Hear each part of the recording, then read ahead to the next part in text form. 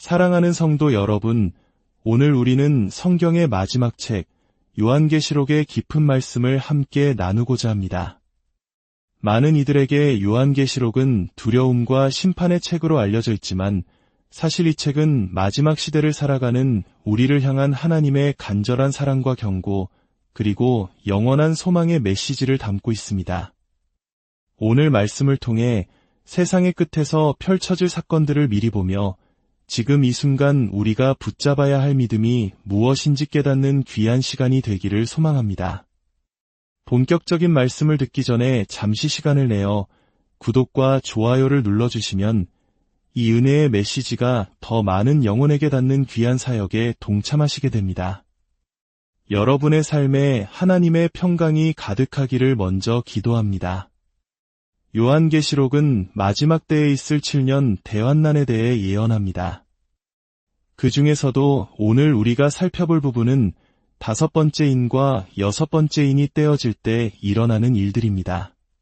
5번째 인이 떼어질 때 사도 요한은 하나님의 보좌 아래에서 순교한 영혼들을 봅니다. 그들은 큰 환난에서 나온 자들인데 어린 양의 피에 그 옷을 씻어 희게 한 자들이라고 성경은 증언합니다. 놀라운 것은 그 수가 아무도 능히 셀 수 없을 만큼 허다한 무리였다는 사실입니다.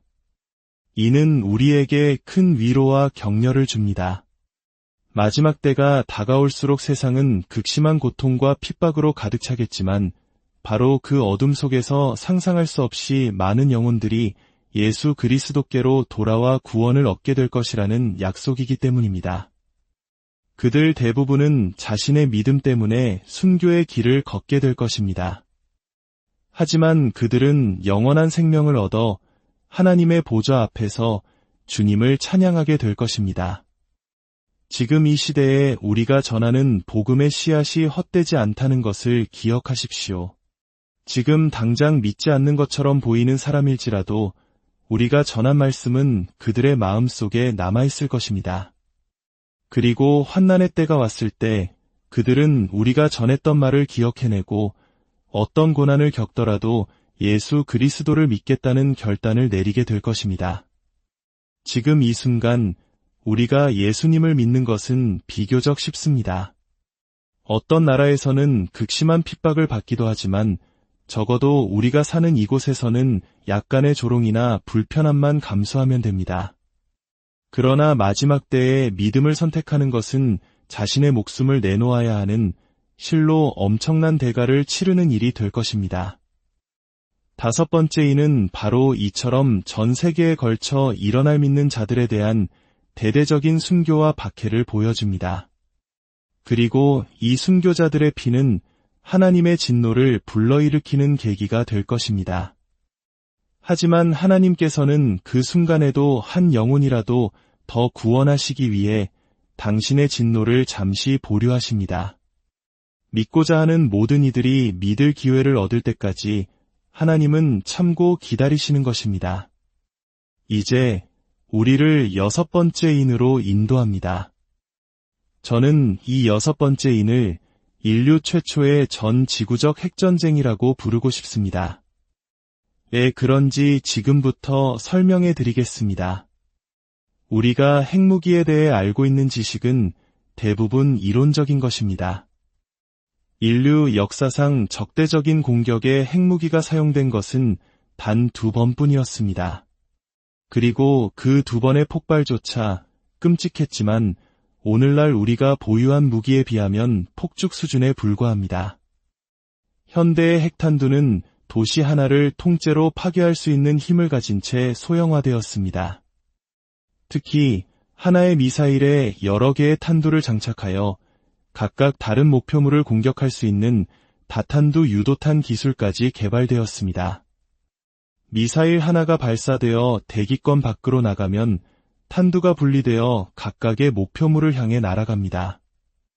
이 모습을 기억해 두십시오.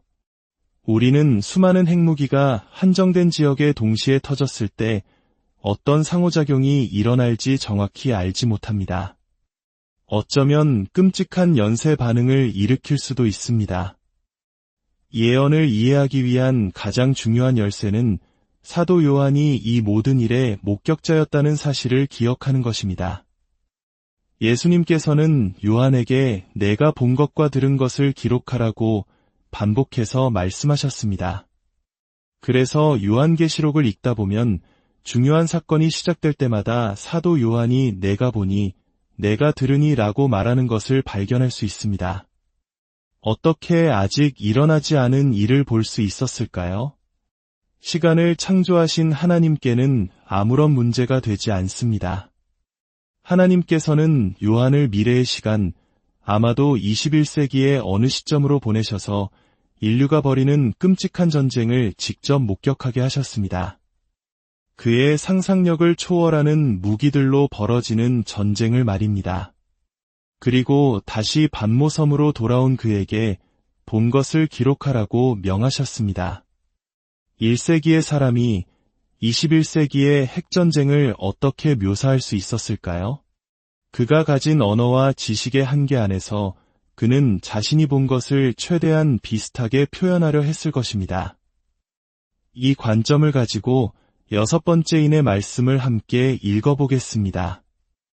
요한계시록 6장 12절입니다. 내가 보니 6째인을 떼실 때에 큰 지진이 나며, 여기서 지진으로 번역된 헬라어 원어는 사이즈모스입니다.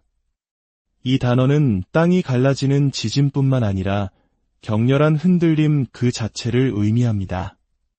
수많은 핵폭발이 동시에 일어나 땅을 뒤흔드는 것을 요한은 큰 사이즈모스라고 느꼈을 것입니다. 그리고 곧바로 해는 검은 털로 짠 상복같이 검어지고 달은 온통 피같이 되며, 수많은 핵폭발로 인해 발생한 엄청난 양의 먼지와 재가 대기권 전체를 뒤덮는 장면을 상상해 보십시오. 태양은 그 검은 먼지에 가려 상복처럼 어두워질 것입니다. 그리고 그 오염된 대기 너머로 보이는 달은 핏빛처럼 붉게 보일 것입니다. 이것은 오늘날 대기오염이 심한 대도시에서 붉은 달을 볼 수 있는 것과 같은 원리입니다. 요한은 1세기의 지식으로 자신이 본 것을 정확하게 묘사하고 있습니다. 이어서 13절입니다. 하늘의 별들이 무화과나무가 대풍에 흔들려 설익은 열매가 떨어지는 것 같이 땅에 떨어지며, 별로 번역된 아스테로스는 실제 항성을 의미하지 않습니다. 만약 진짜 별이 지구에 부딪힌다면 지구는 즉시 사라질 것입니다. 요한이 본 것은 유성우나 소행성 같은 것들이었습니다. 대기권에 진입하며 불타는 유성들처럼 보이는 것들 말입니다. 그는 하늘에서 수많은 불덩어리들이 마치 강풍에 흔들린 무화과나무에서 열매가 우수수 떨어지듯 땅으로 쏟아지는 것을 보았습니다. 저는 이것이 바로 대륙간 탄도미사일의 탄두들이 대기권에 재진입하며 목표물을 향해 불타며 돌진하는 모습을 묘사한 것이라고 믿습니다. 요한의 눈에는 그것이 하늘에서 떨어지는 불타는 별들처럼 보였을 것입니다. 그는 먼저 땅의 격렬한 흔들림을 느꼈고 하늘을 뒤덮는 검은 구름을 보았으며, 마침내 그 모든 재앙의 원인이 되는 하늘에서 쏟아지는 불덩어리들을 본 것입니다. 정말 끔찍한 광경입니다. 하지만 예수 그리스도께서 당신의 피로 사신 용서의 선물을 받아들인 여러분은 이 자리에 있지 않을 것입니다. 하나님께서는 그의 자녀들을 이 환난으로부터 지켜주실 것입니다. 그렇다면 하나님은 왜 우리에게 이 무서운 책을 계속 읽으라고 하실까요? 요한계시록은 성경에서 유일하게 이 책을 읽는 자에게 특별한 복을 약속하신 책입니다. 아마도 이 말씀이 우리를 지옥의 공포로부터 깨어나게 하여 구원의 길로 인도하기 때문일 것입니다. 저는 여러분을 잠시 두렵게 만들더라도 영원한 지옥에 가지 않도록 돕고 싶습니다. 14절은 그 다음 일어날 일을 묘사합니다. 하늘은 두루마리가 말리는 것 같이 떠나가고 각 산과 섬이 제 자리에서 옮겨짐에, 핵폭탄이 폭발할 때 가장 먼저 발생하는 현상은 엄청난 압력파, 즉 과압입니다. 이 압력파는 주변의 대기를 강력하고 신속하게 밀어냅니다. 너무나 강력해서 대기가 마치 스스로에게 압축되듯 말려 올라가는 현상이 발생합니다. 사도 요한은 이 현상을 하늘이 두루마리가 말리는 것 같다고 매우 정확하게 묘사한 것입니다. 이 압력파는 수 킬로미터 내의 모든 것을 파괴하고 진공 상태를 만듭니다. 그 후 밀려났던 공기가 다시 진공 상태로 맹렬히 빨려 들어오면서 2차적인 파괴를 일으킵니다. 또한 폭발 중심의 엄청난 열기는 모든 것을 증발시켜버립니다. 에스겔 38장을 읽어보면 하나님께서 불과 얼음으로 수십만 명을 심판하시는 장면이 나옵니다. 과거 수소폭탄 실험에서 과학자들은 폭발 후 선박의 상부 구조물이 거대한 얼음 덩어리에 의해 파괴된 것을 발견하고 경악했습니다. 폭발의 열과 압력이 대기 중의 습기를 성층권 위로 밀어올렸고 그곳에서 급속히 냉각된 수증기가 거대한 얼음 덩어리가 되어 지상으로 떨어진 것입니다. 고대의 선지자들은 이 원리를 알지 못했지만 그들은 분명히 불과 얼음이 동시에 사람들을 죽이는 환상을 보았습니다. 여섯 번째인의 재앙은 인류가 만든 무기가 실제로 어떤 일을 할 수 있는지 처음으로 목격하게 되는 순간이 될 것입니다. 산과 섬 전체가 그 자리에서 옮겨질 만큼 지각 변동을 일으킬 것입니다. 이 끔찍한 재앙 앞에서 사람들은 어떻게 반응할까요? 15절부터 17절입니다. 땅의 임금들과 왕족들과 장군들과 부자들과 강한 자들과 모든 종과 자유인이 굴과 산들의 바위 틈에 숨어 산들과 바위에게 말하되 우리 위에 떨어져 보좌에 앉으신 이의 얼굴에서와 그 어린 양의 진노에서 우리를 가리라. 그들의 진노의 큰 날이 이르렀으니 누가 능히 서리요 하더라. 놀랍게도 사람들은 이 모든 심판을 내리는 분이 누구인지 정확히 알고 있습니다. 그들은 하나님과 어린 양 예수 그리스도의 진노를 피하고 있습니다. 하지만 그들은 회개하지 않습니다. 그들의 마음은 돌처럼 굳어버렸습니다. 왜일까요? 그들은 이미 짐승의 표를 받았기 때문입니다. 대환난의 전반부 3년 반 동안 흰말을 탄 자, 즉 적그리스도가 나타나 세상을 미혹할 것입니다. 그는 사람들에게 이마나 오른손에 표를 받게 할 것입니다. 그 표는 666이라는 숫자를 포함하며 이 표가 있어야만 경제활동, 즉 물건을 사고 팔거나 직업을 가질 수 있게 됩니다. 이것은 적그리스도가 경제를 통해 전 세계를 완벽하게 통제하는 수단이 됩니다. 중요한 것은 표 자체가 아니라 그 표를 받기 위해 해야 하는 행위입니다. 그 행위는 바로 적그리스도에게 충성을 맹세하고 그를 하나님으로 경배하는 것입니다.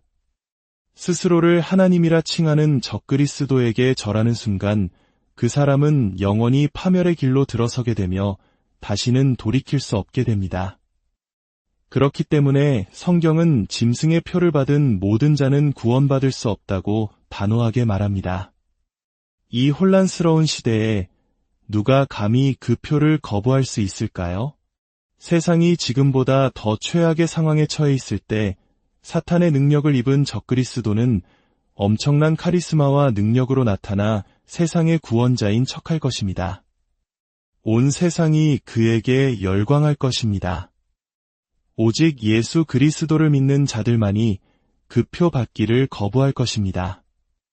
표를 받지 않는다는 것은 곧 생존을 포기하는 것과 같습니다. 직업도 음식도 구할 수 없기 때문입니다.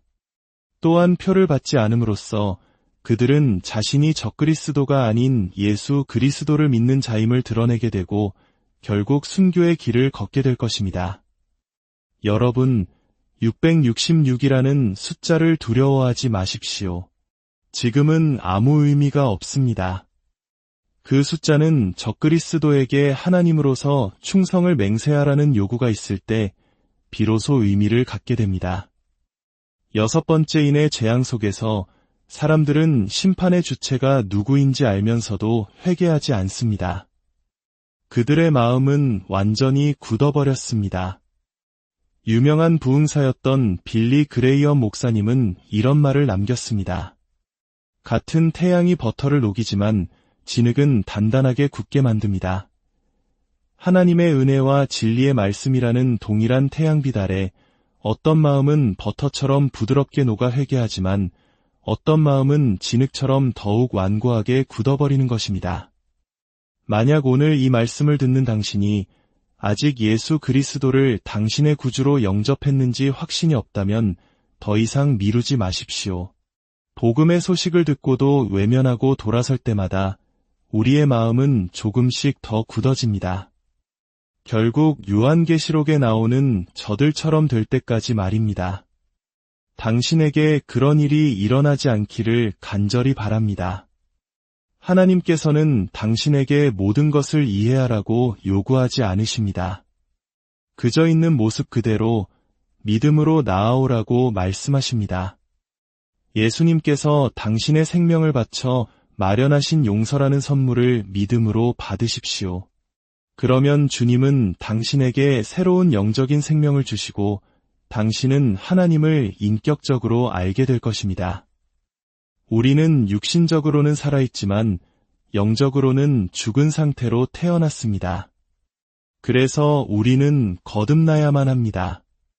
함께 기도하겠습니다. 하늘에 계신 아버지, 당신의 말씀에 담긴 이 놀라운 계시들에 감사드립니다. 우리가 주님께 속해 있다는 사실이 얼마나 감사한지요. 주님, 이 자리에 자신의 영적 소속에 대해 의심하는 이가 있다면 바로 지금 그 마음의 확신을 주시옵소서. 그저 이렇게 고백하게 하소서. 예수님, 저의 모든 죄를 위해 십자가에서 죽으심에 감사드립니다. 제가 모든 것을 다 이해하지는 못하지만 제게 있는 믿음만큼으로 주님을 영접합니다. 제 삶에 들어오셔서 저를 용서하시고 새로운 영적인 생명을 주시옵소서. 저의 주인이 되어주시고 주님이 원하시는 길로 저를 인도하여 주시옵소서. 이 말씀을 듣는 모든 분들의 가정과 삶 위에 하나님의 놀라운 은혜와 평강이 함께 하시기를 우리 주 예수 그리스도의 이름으로 축복하며 기도합니다.